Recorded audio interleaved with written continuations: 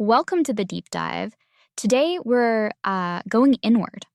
We're going to explore the fascinating world of psychological types. Ooh, inward. Yeah, it's going to be exciting. Think of it as a guided tour of your own mind. Okay, I like that. We'll be using Rule as our guide. It's a text focused on personality frameworks that all started with Carl Jung. Ah, yes, Jung. Have you ever felt like certain people just get you Oh, yeah, definitely. while others just leave you feeling totally drained? Well, that's the kind of hidden pattern that we're going to uncover today. Cool. And we'll start with the Jungian foundations. Excellent place to start. So let's unpack Jung's idea of introversion versus extroversion. It's more than just being shy or outgoing, right? Yeah, it's definitely more nuanced than that. It's more about where you get your energy from. Introverts, they have this internal wellspring they draw from being alone that allows them to recharge and connect with that inner world. So it's like their happy place. Exactly. The extroverts, on the other hand, they find their energy source outside themselves. Not like they're energized by interactions and experiences with the world around them. Interesting. I've always thought about it like those rechargeable batteries. You plug an introvert into solitude and boom, their battery fills right up. I like that. But try that with an extrovert and PFT energy just drains away. Yeah, that's a great analogy. It really captures the essence of it. And it's not like a binary thing, is it? Oh, definitely not. We all have aspects of both, right? Yes, exactly. It's a spectrum. But understanding which way you lean can be super illuminating. Oh, for sure. It can help you understand, why certain situations leave you feeling energized and others just completely wipe you out. Yes. It's all about self-awareness. Totally. I remember this one time I was at this huge networking event, and by the end of it, I felt like I could barely even string a sentence together. Oh, well. And then I had this friend there who was practically glowing. Really? Yeah, they were totally energized by all those interactions. It just made me realize we were experiencing the same event in totally different ways. That's so interesting. See, and that's the beauty of understanding these concepts. Yeah. It's about recognizing those different needs and honoring them. Yeah. So introverts might need to build in some solo time after social events just to kind of recharge. Sure makes sense. While extroverts might feel stifled if they're, cooped up for too long. Right. Either one is better or worse. It's just about, knowing yourself and how you best operate. So true. So introvert versus extrovert, that's like the first layer of understanding. Yeah. But Jung went even deeper, right? He did. Much deeper. He talked about these different functions of our mind. Yes. He identified 4 main functions: thinking, feeling, sensing, and intuition. Okay. These aren't just, labels. They actually describe the mental processes we use to perceive and engage with the world. So it's like we each have a mental toolbox. Ooh, I like that. Equipped with these different tools. But Depending on the situation, we might reach for a hammer, a screwdriver, or a wrench. To get the job done. exactly, you've got... So we all have these tools. Yeah. And people are more skilled with certain tools than others. Exactly. And we tend to have preferences for certain functions over others. For sure. Okay, so some people just naturally lead with logic and analysis, that's thinking. Others prioritize values and empathy, and that's feeling. Then there are those who trust concrete facts and details. That's sensing. While others are drawn to big picture ideas and possibility. Yes, intuition. And it's just fascinating how even this basic breakdown starts to paint a more complex picture of personality, right? Absolutely. You're not just an introvert or an extrovert. You're like an introvert who might lead with feeling or an extrovert who's all about sensing. It's all about a combination. Yeah, the combinations start to get really interesting. And that's just the beginning. Oh, no. Remember how we talked about introverts and extroverts drawing energy from different sources? Yes. Well, those 4 functions can also be directed inward or outward, creating 8 distinct cognitive functions. Okay, wait. 8 functions. Now my mental toolbox is overflowing. I know, right? It gets complex. Can you give me an example of how that works? Absolutely. Let's take feeling. Okay. Someone with introverted feeling might have a very rich inner world of emotions, but they may not express them outwardly. They might process those feelings very deeply. Okay. And make decisions based on their strong internal value system. I see. An extroverted feeler, on the other hand, would be more likely to express those emotions openly, connecting with others on a visceral level, and making decisions that prioritize harmony and well-being within the group. So even within one function, there's a whole spectrum of how it can play out, depending on whether it's directed inward or outward. Exactly. It's like two sides of the same coin. Yes. But each side creates a very different impression. Very different. And each of those 8 functions contributes to your unique personality. Wow, so we're really unique. We are. We won't go through all 8 now. Not today. But I think you can start to see how this goes beyond those, simple personality quizzes you see online. Oh, absolutely. This is much deeper. Definitely. And speaking of quizzes, where does the Myers-Briggs Type Indicator, MBTI, fit into all of this? The MBTI. It seems like everyone's taken that test at some point. It is super popular. Yeah. And it's directly rooted in Jung's work. Okay. It takes those 8 functions and simplifies them into 4 pairs of preferences: extroversion, introversion, sensing, intuition, thinking, feeling, and judging, perceiving. So it essentially boils down to 16 personality types. Yes. Each defined by a 4-letter code based on those preferences. But is it really that simple?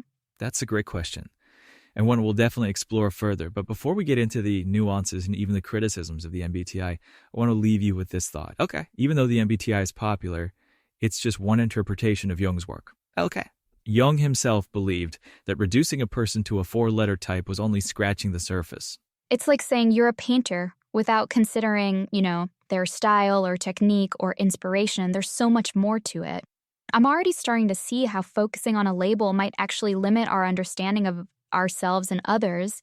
So how do we move beyond those labels and really dive into the depths of Jungian psychology? Well, that's where things get even more interesting, and it's what we'll be exploring in the next part of our deep dive. Ooh, I can't wait. We'll look at how these functions interact with each other, Okay. how they can change and develop over time, and how understanding them can actually help you navigate the complexities of life and relationships. I am hooked. This is way more fascinating than those personality quizzes I've taken in the past. I know, right? There's so much to discover. Can't wait to see where we go next. You too. It's going to be a wild ride. Welcome back to the deep dive. Before the break, we were talking about how the Myers-Briggs Type Indicator, The MBTI. yeah, or MBTI, can sometimes feel a bit limiting. Like, it's trying to squeeze all the complexity of human personality into like 16 neat little boxes. Yeah, it's true that those 4-letter codes could become shorthand for entire personalities. Same.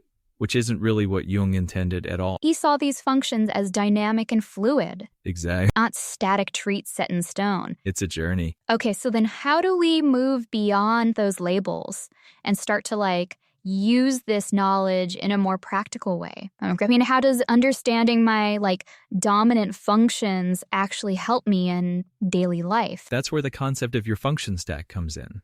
It's basically like the hierarchy of your cognitive functions, from your most dominant to your least developed. It's like a ranking system.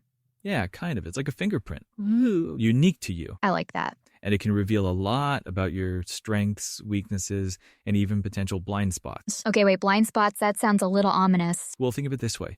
We all have areas where we naturally excel and areas where we might struggle a little bit more. For example, someone whose dominant function is intuition might be amazing at brainstorming possibilities and seeing the big picture. Okay, yeah, that makes sense. But they might overlook important details or get frustrated when things don't move quickly enough. I see. So it's not about labeling ourselves as good or bad at certain things, No, not at all. but rather understanding our natural tendencies and how they might play out in different situations. Exactly. But knowing our weaknesses can be a bit daunting. Sure. How do we move from awareness to action? Well, that's where the idea of developing your less dominant functions comes in. It's like cross-training for your mind. Oh, I love that analogy. So instead of just accepting those weaknesses, we can actually work on strengthening them. You got it. It's not about becoming a different person, Right, but rather expanding your repertoire of mental tools. right. By consciously engaging with those less dominant functions, you become more adaptable, more well-rounded, and better equipped to handle a wider range of challenges. So for someone like me who might lean towards introverted thinking, logic and analysis all the way, how would I even begin to develop my feeling function? Well, it starts with awareness. Just pay attention to how you react in situations that require emotional intelligence. Okay. Do you struggle to understand why someone is upset? Do you find it difficult to express your own emotions effectively? Oh, 100%. Sometimes I feel like I'm speaking a different language when it comes to emotions. That's completely normal. And it's a sign that your feeling function might need a little extra attention. You could try practicing active listening, really focusing on understanding other people's perspectives and emotions, or you could try journaling about your feelings to become more aware of your own emotional landscape. Those are really good ideas.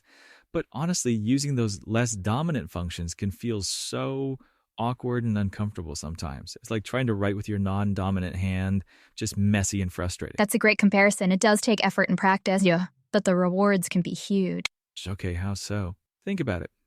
By developing those weaker functions, you become less likely to get stuck in rigid patterns of behavior, less thrown off by unexpected challenges, and better able to connect with people who operate differently from you. So it's like building a more balanced and robust personality, not just for ourselves, but also for how we interact with the world. Exactly. And if we connect this to the bigger picture, understanding psychological types can be incredibly helpful in relationships. Okay, tell me more. Like, how does knowing my partner's function stack, for example, make for a better relationship? Okay, let's say you're a strong intuitor, always thinking about possibilities in the future. Your partner, on the other hand, is a strong sensor, grounded in the here and now. Okay, practicalities and detail. Yeah, I could see that. Without understanding these differences, conflict is almost inevitable. You might feel like your partner is stifling your big idea. Oh, yeah, for sure. And they might feel like you're not paying attention to their immediate needs. It's like you're speaking two different languages. Exactly. Yeah, but when you do understand each other's function stacks, you can start to bridge those gaps. You begin to appreciate that you're not wrong or bad, just different. You even start to leverage those differences to complement each other. So instead of those differences being a source of frustration, they become strength. Precisely. And that goes beyond romantic relationships. This understanding is invaluable in friendships, family dynamics, even in the workplace. Wow. By recognizing the different ways people perceive and process information. Yeah, we can build stronger connections and communicate more effectively. Remember those aha moments we talked about? This is one of them. Okay, I'm getting that aha feeling. But let's go back to the source material for a moment. They mentioned some criticisms of the MBTI, particularly how it simplifies Jung's ideas. What are your thoughts on that? Subscribe to Jung's Daily Wisdom with Cecilia. Unlock a new story each day and journey deeper into the mysteries of your own mind.